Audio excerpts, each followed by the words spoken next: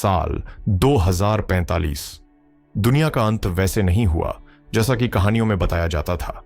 न कोई उल्का पिंड टकराया, न कोई झोंबी महामारी फैली, लेकिन इंसानों की लालच और बेपरवाह विज्ञान ने इस धरती को तबाह कर दिया। 3 बड़े परमाणु युद्धों और जलवायु परिवर्तन की भयावहता ने दुनिया को बंजर बना दिया था। रेडियोधर्मी तूफानों और जहरीली हवाओं से जीवन समाप्त हो गया था।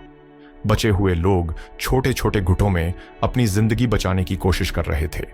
पानी अब सोने से भी ज्यादा कीमती था, खाना मिलना मुश्किल था और हर कोई सिर्फ खुद के लिए सोचता था।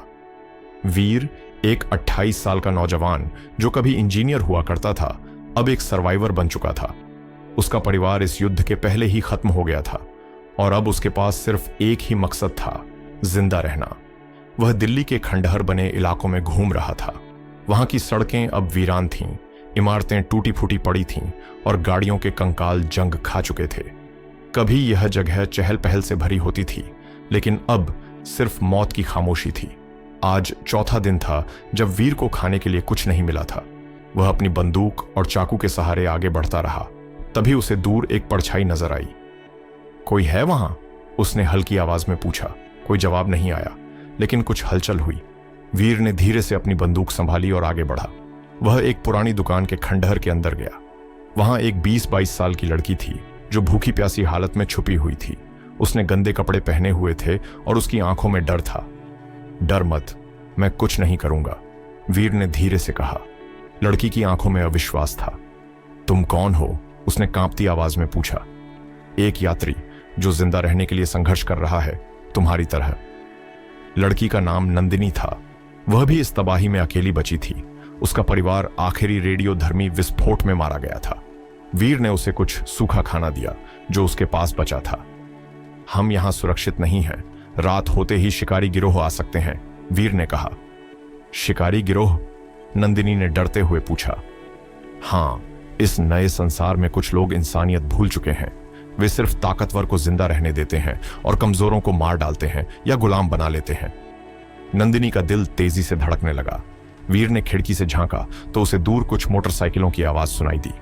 हमें अभी यहां से निकलना होगा, वीर ने कहा। वीर और नंदिनी जल्दी से खंडहर से बाहर निकले और एक सुनसान गली की ओर भागे। पीछे से मोटरसाइकिलों का शोर तेज होता जा रहा था। वीर ने नंदिनी का हाथ पकड़ा और एक टूटे फूटे घर की तरफ भागा। यहां अंदर आओ, वीर ने कहा। दोनों एक पुराने तहखाने में घुस गए और सांस रोककर बैठ गए।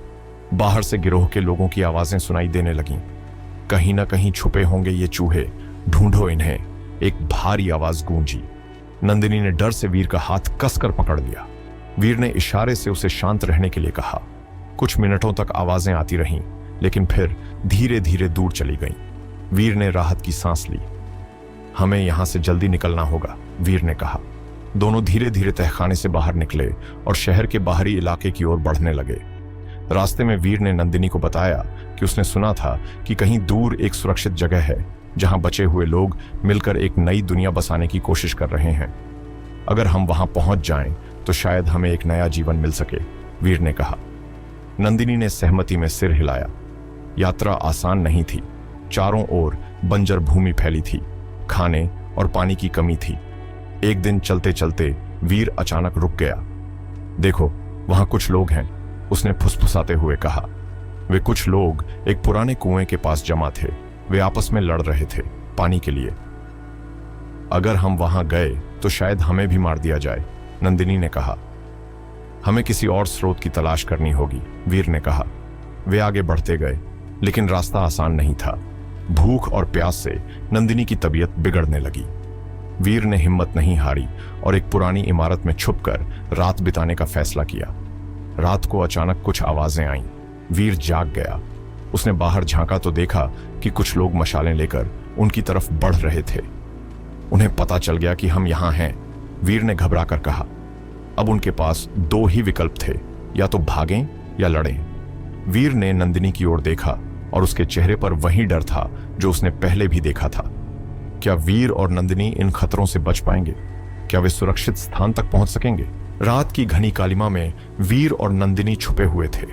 बाहर से मशालों की रोशनी उनकी आंखों में जलती चिंगारियों की तरह चमक रही थी। शिकारी गिरोह अब बिल्कुल करीब था। उनके पास ज्यादा समय नहीं था। वीर ने नंदिनी के कान में फुसफुसाया, हम बाहर की दीवार से होकर निकल सकते हैं, लेकिन हमें बेहद सावधानी से जाना होगा। नंदिनी ने सहमति में सिर हिलाया। दोनों धीरे धीरे पीछे के दरवाजे की ओर बढ़े, लेकिन तभी दरवाजा जोर से खुला और 2 नकाबपोश लुटेरे अंदर आ गए। उनके हाथों में धारदार चाकू चमक रहे थे। देखो तो सही, हमें क्या मिला है, एक लुटेरे ने कहा। उसकी आवाज में एक घिनौनी हंसी थी। वीर ने बिना वक्त गंवाए अपने पास रखा लोहे का पाइप उठाया और एक लुटेरे के सिर पर दे मारा। वह जमीन पर गिर पड़ा, लेकिन दूसरा लुटेरा झपट पड़ा। नंदिनी ने वीर की मदद करने के लिए पास रखा टूटा हुआ कांच उठाया और लुटेरे के हाथ पर वार किया। भागो! वीर ने चिल्लाते हुए नंदिनी का हाथ पकड़ा और वे बाहर की ओर दौड़ पड़े। पीछे से बाकी लुटेरों की गूंजती हुई आवाजें सुनाई देने लगीं। घंटों भागते रहने के बाद वीर और नंदिनी एक सूखे जंगल में पहुंचे। चारों ओर जले हुए पेड़ और राख का अंबार था। हवा में जलने की बू थी। अब क्या करेंगे? नंदिनी ने हांफते हुए पूछा। हमें किसी सुरक्षित जगह की तलाश करनी होगी, वीर ने कहा। तभी उन्हें दूर एक पुराना रेडियो टावर दिखाई दिया। शायद वहां से हमें कोई संकेत मिल सके, वीर ने कहा। वे टावर के करीब पहुंचे तो देखा कि वहां एक बूढ़ा आदमी बैठा था। उसके कपड़े फटे हुए थे, लेकिन आंखों में अनुभव की चमक थी। तुम लोग कौन हो? उसने सवाल किया। हम यात्री हैं, वीर ने जवाब दिया। हमें किसी सुरक्षित जगह की तलाश है।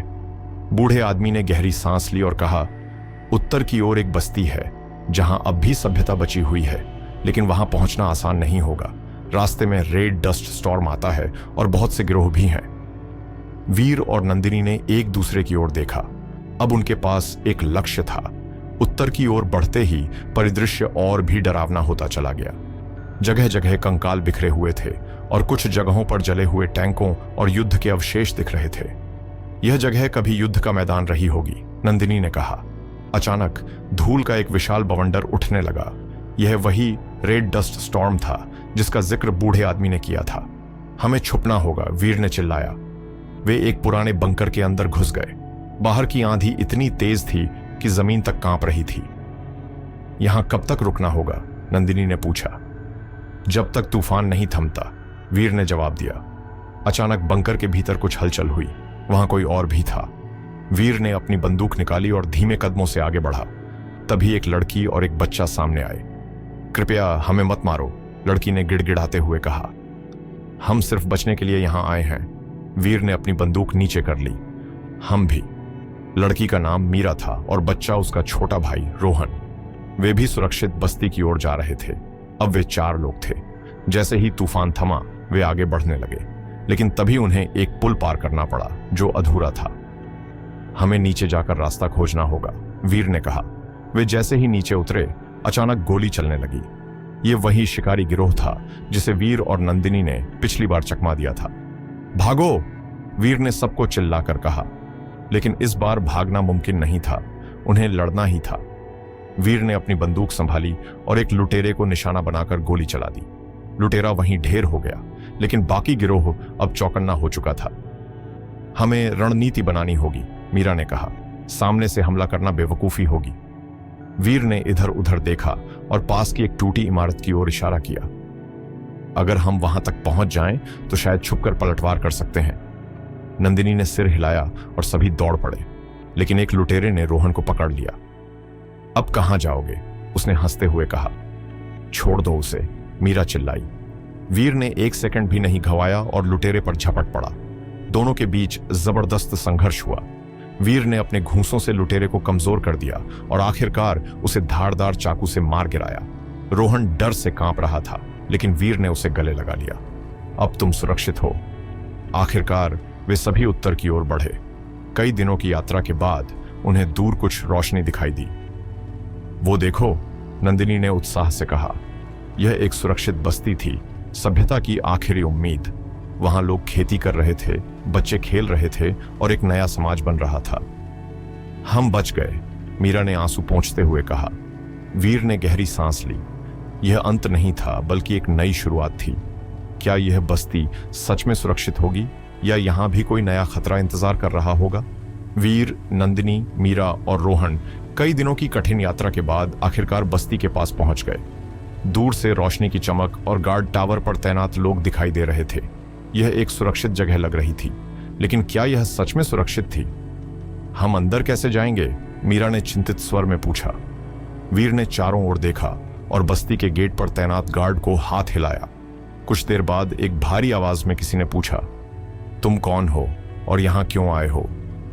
हम यात्री हैं, हमें सुरक्षा चाहिए, वीर ने जवाब दिया। कुछ मिनटों की चुप्पी के बाद गेट खुला और चारों अंदर दाखिल हुए। सामने एक लंबी दीवार थी जिसके पीछे एक छोटा सा गांव बसा था। वहां लोग खेती कर रहे थे, कुछ घर बना रहे थे और कुछ हथियारों से लैस गार्ड पहरा दे रहे थे। ये बस्ती पूरी तरह संगठित थी। बस्ती का मुखिया एक अधेड़ उम्र का व्यक्ति था जिसका नाम रघु था। वह एक लंबी लकड़ी की कुर्सी पर बैठा था। उसके चारों ओर कई लोग थे। यहां सभी को अपना योगदान देना होता है, रघु ने गंभीर स्वर में कहा। अगर तुम यहां रहना चाहते हो तो तुम्हें भी कुछ काम करना होगा। हमें जो भी करना होगा हम करेंगे, वीर ने सहमति जताई। रघु ने सिर हिलाया और चारों को अलग अलग काम सौंप दिए। वीर को गार्ड के रूप में, नंदिनी को खेतों में, मीरा को बस्ती के अस्पताल में और रोहन को बच्चों के समूह में शामिल कर लिया गया। पहली बार उन्हें एक स्थिर जीवन मिलने की उम्मीद थी, लेकिन यह शांति ज्यादा समय तक नहीं रहने वाली थी। कुछ हफ्तों बाद वीर को पता चला कि बस्ती के बाहर कुछ अज्ञात लोग गश्त कर रहे थे। वे शिकारी गिरोह की तरह नहीं लग रहे थे, लेकिन उनकी गतिविधियां संदिग्ध थीं। ये लोग कौन हैं? वीर ने गार्ड से पूछा। हमें नहीं पता, गार्ड ने कहा, लेकिन रघु को लगता है कि वे हमारे लिए खतरा बन सकते हैं। वीर ने यह बात नंदिनी और मीरा को बताई। हमें सतर्क रहना होगा, इस बस्ती पर हमला कभी भी हो सकता है। रात के समय वीर ने गार्ड टावर से दूरबीन से देखा। जंगल के पास कुछ लोग जमा हो रहे थे। उनके पास हथियार थे। यह किसी हमले की तैयारी थी।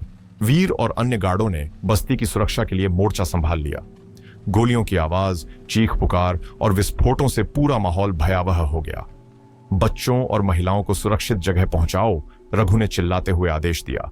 मीरा और नंदिनी ने जल्दी से रोहन को पकड़ा और बस्ती के अंदर सुरक्षित जगह की ओर भागी। वीर और अन्य गार्ड लगातार हमलावरों से लड़ रहे थे। एक हमलावर ने गेट तोड़ दिया और अंदर घुसने की कोशिश की, लेकिन वीर ने उसे गोली मार दी। लेकिन लड़ाई अभी खत्म नहीं हुई थी। बड़ी मुश्किल से वीर और बाकी गार्डों ने हमलावरों को पीछे हटने पर मजबूर कर दिया, लेकिन यह साफ था कि यह हमला सिर्फ एक चेतावनी थी। ये लोग कौन थे? मीरा ने पूछा।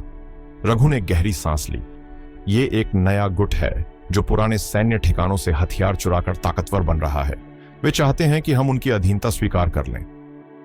और अगर हम ना कहें? वीर ने पूछा। रघु ने गंभीरता से जवाब दिया, तो अगली बार वे हमें पूरी तरह नष्ट कर देंगे। अब वीर, नंदिनी, मीरा और रोहन को एक बड़ा फैसला लेना था। क्या वे इस बस्ती का बचाव करेंगे या नई दुनिया में अपनी जगह खोजने के लिए आगे बढ़ेंगे? अगले कुछ दिनों में बस्ती में तनाव बढ़ गया। वीर और अन्य गार्ड बस्ती के चारों ओर गश्त कर रहे थे। तभी वीर ने देखा कि बस्ती के अंदर ही कुछ लोग गुप्त रूप से हमलावरों से संपर्क कर रहे थे। क्या हमारे ही लोग हमें धोखा दे रहे हैं? वीर ने नंदिनी से कहा। हमें पता लगाना होगा कि कौन दुश्मन के साथ मिला हुआ है, नंदिनी ने जवाब दिया। रात में वीर ने छुपकर निगरानी रखी। उसने देखा कि बस्ती के ही एक गार्ड, जिसका नाम बलबीर था, हमलावरों से बातें कर रहा था।